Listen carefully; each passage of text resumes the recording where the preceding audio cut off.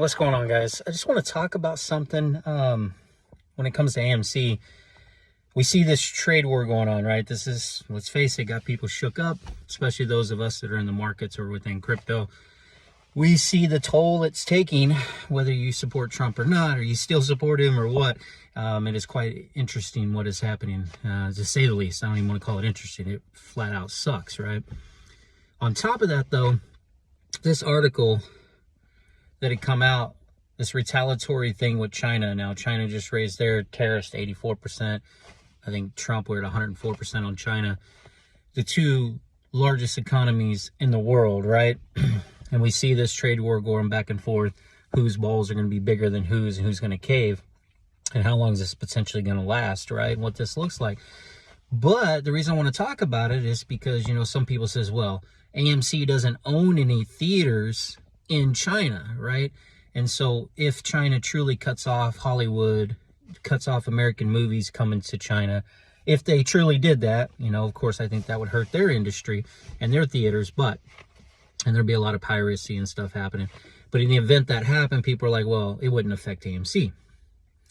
My comment was, is it's a perfect excuse for Adam Aron to utilize to request raising money, right?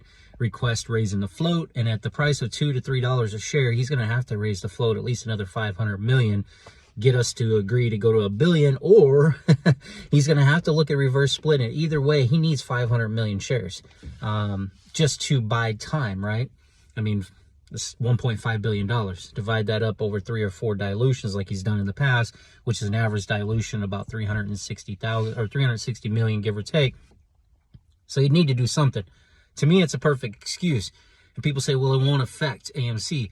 Well, let's stop and think about that for a minute. Okay, if Hollywood's getting nailed, they're the ones that make the movies. Adam's always complaining. AMC is not getting pre-COVID levels because Hollywood's not producing the amount of movies. We had the writer's strike. We had all these reasonings, right? COVID, blue bubonic plague, whatever stuff he's talked about, and how AMC is trying to weather through it. But let's stop and think. If Hollywood's going to get nailed and they're going to lose that much, okay, 15 to 25% in box offices is already what's been happening because of COVID. Now you add another 15 to 25% on top of that. That's going to hurt Hollywood even more. You think Hollywood and these producing companies and all these big companies out there aren't been hurting big time because of COVID too, right? I think Paramount or whoever it is was in some dire stress, but these companies are hurting. So if they're hurting, are they going to go keep spending more and more millions and millions of dollars to try to ramp up the movie production when 25% of it ain't even going to hit the market? You know what I mean? So that's where my thought goes. We need them to produce more movies. Adam has said it. We need them to produce. The more movies they produce, the more movies can hit the theaters, the better our odds, right? So right there alone, I just don't see Hollywood wanting to produce a ton more movies because financially they're going to be screaming. They're going to be hit. It's hitting their bottom line, even though it's not hitting AMC. So without more movies being made, what does that do to our American theaters, right? So that's my thought. Number one, how that affects it, how it's going to affect Hollywood. Number two, Amazon, all these different companies, the majority of their stuff comes from China. Let's face it, man. All of our goods, like I swear, go in your cabinets. I challenge you. Go pull your goods out and look and see how much is actually made in China. So in the meantime, I mean, everybody's saying it's a tax on us, but reality is it kind of is to a degree, right? I mean, if we get rid of income tax and then we pay it through tariffs, we're still paying money to help fund the government. But you don't think for a second, let me ask you something. If our prices of our goods continue to go up, our groceries are already ridiculous. I mean, I'm spending $1,600 to $2,100 a month just in groceries to feed my family of 5. And they're little kids. And I'm not even buying a bunch of high-end meats at all. We're just sticking with chicken, right? That's insane. But if we start to see our other stuff that's made in China jump up, especially if there's a 104% tariff and if this war continues on, what's the prices of our goods going to look like? They're talking about a potential of more inflation, all this kind of stuff, recession. Well, if people stop spending money because you got to cut your bill short 50, 60, 75 bucks because it's gone up 150 and you got to cut back. You got to figure out a way to cut back. Do you think that these average Americans are going to turn around and go spend that 75 bucks at the movie theaters? You know what I mean? So we don't know for sure. So there, now you get the movie theaters hit because people aren't spending the money. They don't want to go spend the money. They'd rather sit at home, and if they really wanted to watch the movie, once it comes out on streaming, $24.99 on Prime or $29.99, the whole family can watch it and make your own popcorn and spend less than $30, right? Or $40.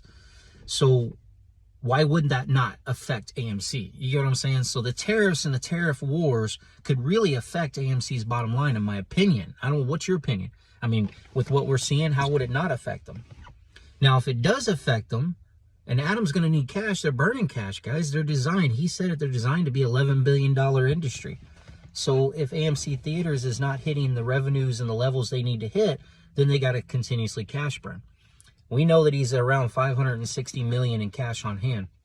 We know by history, he has proven and shown us that when he gets in that 500 million range, if he starts to get close to dipping below that money, he has to raise money for some reason, whether it's in the covenants. I've never proved that, but for some reason, every time Adam needs to raise money, and he likes to raise about 260 to 360 million, and he thinks that's huge, but that buys him a quarter, maybe 2 quarters if he did something like that.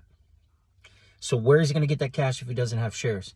So if the second quarter doesn't boom, I know it started off great because of Minecraft and everybody's thinking it's going to be great, but if the second quarter doesn't continue to boom, and if that third and fourth quarter doesn't really take off, and Hollywood has to cut back on movies, 2026 doesn't look like it's promised to be because of these trade wars and these tariffs and all this stuff going on, he's going to need money.